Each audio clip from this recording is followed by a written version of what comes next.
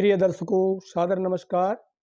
मैं आरपी शर्मा अंगिरा ज्ञान सागर चैनल से आज फिर एक बहुत अच्छा विषय सप्तवार व्रत कथाओं में सोमवार व्रत कथा विधि,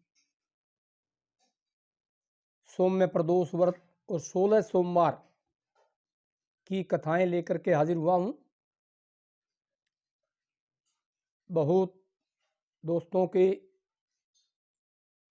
कमेंट आए कि पहले सातों वारों की कथाएं सुनाएं। पिछले वीडियो में मैंने रविवार के व्रत की कथा कही। अब सोमवार की विधि व्रत इत्यादि बताऊंगा। सर्वप्रथम अपने आप को शुद्ध करें, आचमन लें 3 बार जल का।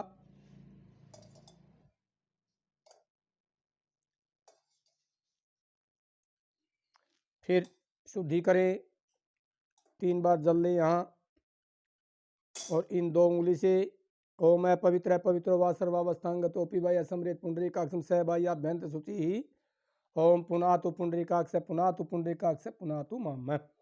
इस प्रकार से भगवान गणेश की स्तुति, भगवान गणेश का ध्यान करें और फिर भगवान शिव और माता पार्वती का सूक्ष्म पूजन करके कथा सुननी चाहिए और सुनानी चाहिए या पढ़नी चाहिए।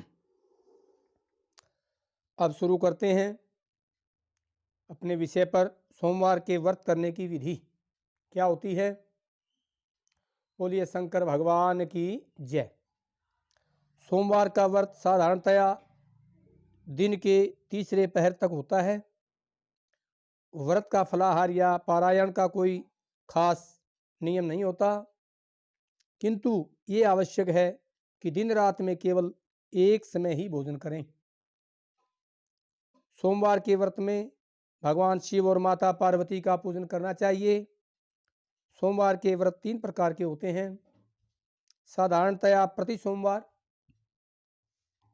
हर सोमवार का व्रत, कोई संकल्पित नहीं, हर सोमवार। दूसरा होता है सौम्य प्रदोष व्रत, ये प्राय त्रयोदशी के दिन आता है अधिकतर। और 16 सोमवार के व्रत। विधि तीनों की एक जैसी ही होती है। शिव पूजन के पश्चात कथा सुननी चाहिए। साधारण प्रति सोमवार, प्रदोष व्रत और 16 सोमवार, इन तीनों की कथाएं अलग अलग हैं, इसलिए अलग अलग ही सुननी चाहिए। सबसे पहले शुरू करते हैं सोमवार साधारण की कथा।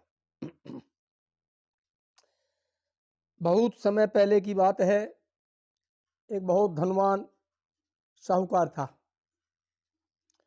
जिसके धन, घर आदि किसी प्रकार की कोई कमी नहीं थी, परंतु उसको एक बड़ा भारी दुख था कि उसके कोई संतान नहीं थी। वह इसी चिंता में दिन रात रहता था। वह पुत्र की कामना के लिए प्रति सोमवार को शिव जी का व्रत और पूजन किया करता था तथा सायंकाल को शिव मंदिर में जाकर के शिवलिंग के सामने दीपक जलाया करता था। उसके इस भक्ति भाव को देखकर एक समय पार्वती जी ने भगवान शिव से कहा कि हे प्रभु, ये साहूकार आपका अनन्य भक्त है और सदैव आपका व्रत और पूजन बड़ी श्रद्धा से काम करता है, इसकी मनोकामना पूर्ण कीजिए।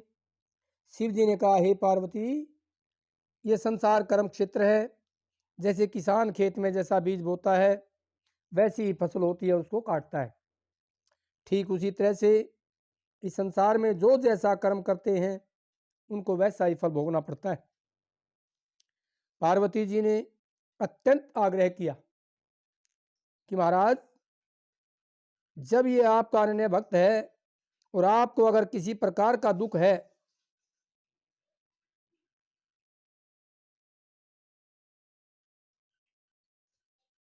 जब ये आपका अनन्य भक्त है और इसको अगर किसी प्रकार का दुख है तो उसको अवश्य दूर कीजिए, क्योंकि आप सदैव अपने भक्तों पर दयालु होते हैं और उनके दुखों को दूर करते हैं। यदि आप ऐसा नहीं करेंगे तो मनुष्य आपकी सेवा तथा व्रत क्यों करेंगे। पार्वती जी का ऐसा आग्रह देख भगवान शिव कहने लगे कि हे पार्वती, इसके कोई पुत्र नहीं है, इसी चिंता में ये अति दुखी रहता है, इसके भाग्य में पुत्र नहीं है, मैं कैसे दूं। फिर भी मैं इसको पुत्र प्राप्ति का वरदान देता हूं, परंतु वह पुत्र केवल 12 वर्ष तक ही जीवित रहेगा, इसके पश्चात उसकी मृत्यु हो जाएगी। मैं और कुछ इसके लिए नहीं कर सकता। ये सब बातें साहूकार सुन रहा था। इससे उसको न कुछ प्रसन्नता हुई और न ही कुछ दुख हुआ। वह पहले जैसा ही शिव जी का व्रत और पूजन करता रहा। कुछ काल व्यतीत हो जाने पर साहूकार की स्त्री गर्भवती हुई और प्रभु की कृपा से 10वें महीने एक बड़े सुंदर पुत्र को जन्म दिया। साहूकार के घर में बहुत खुशी मनाई गई, परंतु साहूकार ने उसके केवल 12 वर्ष की आयु जान कोई प्रसन्नता प्रकट नहीं की और न ही किसी को इसका भेद बताया। जब तक वह बालक 11 वर्ष का हो गया तो उस बालक की माता ने उसके पिता से उसके विवाह के विषय में कहा। तो वह साहूकार कहने लगा कि अभी मैं इसका विवाह नहीं करूंगा, क्योंकि उसने अपनी पत्नी को भी वो बात नहीं बता रखी थी और अपने पुत्र को काशी जी पढ़ने के लिए भेजूंगा, ऐसा अपनी पत्नी को उसने कहा। फिर साहूकार ने अपने साले को बुलवाया और उसे बहुत सा धन देकर कहा कि तुम इस बालक को काशी जी पढ़ने के लिए ले जाओ और रास्ते में जितना भी धर्म पुण्य कर सकते हो यज्ञ इत्यादि करें और यज्ञ करते हुए ब्राह्मणों को भोजन आदि कराते जाना। वह दोनों मामा भांजे यज्ञ करते, गरीबों को धन देते, ब्राह्मणों को भोजन कराते जा रहे थे। रास्ते में उनको एक शहर पड़ा। उस शहर में राजा की एक कन्या का विवाह था और दूसरे राजा का लड़का जो बारात लेकर आया था, सौभाग्यवश वह एक आंख से काना था। उसके पिता को इस बात की बड़ी चिंता थी कि कहीं वर को देखकर कन्या के माता पिता विवाह में किसी प्रकार की अड़चन पैदा न कर दें। इस कारण जब उसने अति सुंदर इस मामा भांजे को देखा तो उस सेठ ने लड़के के मामा से अपने पुत्र के विवाह के बारे में बातचीत की कि मैं इस लड़के को दरवाजे के समय इस लड़के से शादी करवा दूंगा। ऐसा विचार कर उसने मामा से बात की तो मामा राजी हो गया। फिर उस लड़के को वर के कपड़े पहना तथा घोड़ी पर चढ़ा दरवाजे पर ले गया और सब कार्य प्रसन्नता से पूर्ण करवा लिए। फिर वर के पिता ने सोचा कि यदि विवाह कार्य भी इसी लड़के से करा लिया जाए तो इसमें कोई बुराई नहीं है और बहुत अच्छा हो जाएगा। ऐसा विचार करके लड़के और उसके मामा से फिर कहा कि यदि आप फेरों और कन्यादान का काम भी करा दें तो आपकी बड़ी कृपा होगी और मैं आपको इसके बदले बहुत सा धन भी दूंगा। उन्होंने फिर स्वीकार कर लिया और विवाह कार्य भी बहुत अच्छी तरह से संपन्न करवा दिया। परंतु जिस समय लड़का जाने लगा तो उसने राजकुमारी की चुनरी के पल्ले पर लिख दिया कि तेरा विवाह तो मेरे साथ हुआ है, परंतु जिस राजकुमार के साथ तुमको भेजेंगे वह एक आंख से काना है, और मैं काशी जी पढ़ने जा रहा हूँ। लड़के के जाने के पश्चात उस राजकुमारी ने जब अपनी चुनरी पर ऐसा लिखा हुआ पाया तो उसने राजकुमार के साथ जाने के लिए मना कर दिया और कहा कि ये मेरा पति नहीं है, मेरा विवाह इसके साथ नहीं हुआ है। जो मेरे साथ रात्रि में था, यानी कि विवाह के पश्चात 2 रात में मेरे साथ था, वह यह वर नहीं है, वह तो काशी जी पढ़ने गया हुआ है। राजकुमारी के माता पिता ने जब कन्या को विदा नहीं किया और बारात वापस चली गई, उधर सेठ का लड़का और उसका मामा काशी जी पहुंच गए।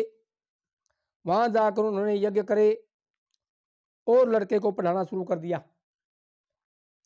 जब लड़के की आयु 12 साल की हो गई, उस दिन उन्होंने पहले की तरह यज्ञ रथ रखा था कि लड़के ने अपने मामा से कहा, मामा जी आज मेरी तबीयत कुछ ठीक नहीं है।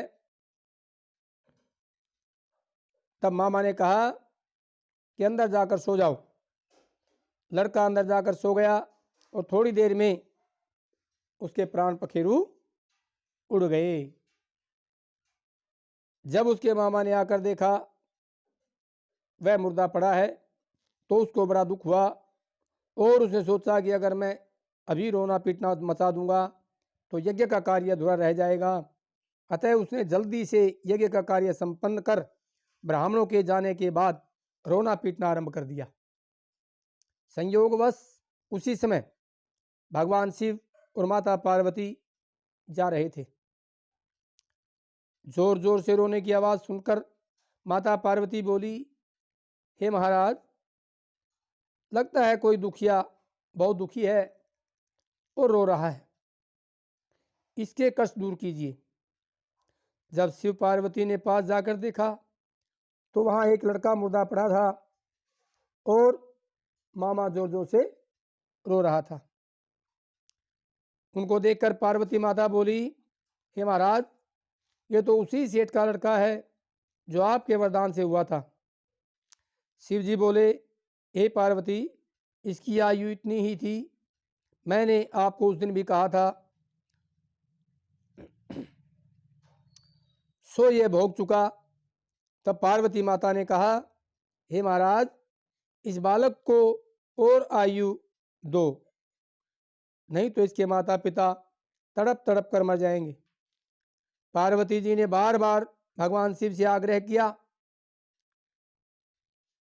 इस बात पर भगवान शिव प्रसन्न हो गए और उसको जीवन दान दे दिया। लड़का पुनः जीवित हो गया और भगवान शिव और माता पार्वती कैलाश पर्वत पर चले गए। तब वह लड़का और मामा उसी प्रकार यज्ञ करते और ब्राह्मणों को भोजन कराते वापिस अपने गांव की तरफ चल पड़े। जैसे ही रास्ते में उसी शहर में वे पहुंचे जहां उसकी शादी हुई थी, वहां आकर उन्होंने रात्रि विश्राम किया और सुबह उन्होंने पहले की भांति यज्ञ प्रारंभ कर दिया। यज्ञ में बड़े बड़े वहां के लोग भी शामिल हुए। उन्हीं लोगों में वो राजा भी आया जिसकी लड़की से उसकी शादी हुई थी, और उसने आते ही उस लड़के को पहचान लिया तथा उसको अपने महल में ले गया, बड़ी खातिरदारी की। साथ ही बहुत सी दास दासियां लेकर के आदरपूर्वक अपनी लड़की उसको सौंप दी और दामाद को विदा किया और भी बहुत सारा धन दिया। जब वह अपने शहर के निकट आ गए तो मामा ने कहा कि बेटा, मैं पहले घर जा करके तुम्हारे घर खबर करता हूं। जब उस लड़के के मामा घर पहुँचे तो लड़के के माता पिता घर की छत पर बैठे हुए थे और उन्होंने ये प्रण कर रखा था कि यदि हमारा लड़का सकुशल वापस लौट आया तो हम नीचे उतरेंगे, वरना छत से कूदकर अपनी जान दे देंगे। और खाना पीना सब छोड़कर बैठे थे। इतने में उस लड़के के मामा ने आकर यह समाचार सुनाया कि आपका पुत्र आ गया है। फिर भी उनको विश्वास नहीं आया। तब उसके मामा ने शपथ पूर्वक कहा कि आपका पुत्र अपनी स्त्री यानी कि अपनी पत्नी के साथ और बड़े लाव लश्कर के साथ, दास दासियों के साथ, हाथी घोड़ों के साथ, पूरी सेना के साथ आया है। तो सेठ ने आनंद के साथ उसका स्वागत किया और बड़ी प्रसन्नता के साथ उसको घर के अंदर ले गई और आनंद के साथ आगे की जिंदगी व्यतीत करने लगे। इसी प्रकार से जो कोई भी सोमवार के व्रत धारण करता है अथवा इस कथा को पढ़ता या सुनता है, उसकी समस्त मनोकामनाएं भगवान शिव की कृपा से पूरी होती हैं। ये सोमवार के व्रत की कथा भगवान शिव की अनुपम कथा है और भगवान शिव बहुत जल्दी प्रसन्न हो जाते हैं। इसलिए हे भगवान शिव, जैसे उस लड़के को आशीर्वाद दिया, उसकी ज़िंदगी बढ़ाई, इसी प्रकार से हम सभी भक्तों पर भी कृपा बनाए रखना। इसी के साथ इस कथा को विश्राम देता हूँ। आशा करता हूँ ये कथा आपको अच्छी लगी होगी। यदि अच्छी लगे तो कृपया लाइक, शेयर, सब्सक्राइब अवश्य करें ताकि हर नोटिफिकेशन आपके पास पहुंचता रहे। आगे की वीडियो में मैं सौम्य प्रदोष व्रत की कथा और 16 सोमवार के व्रत की कथा का विवरण आपके सामने रखूंगा। आशा करता हूं उसे भी आप ध्यानपूर्वक सुनेंगे। धन्यवाद।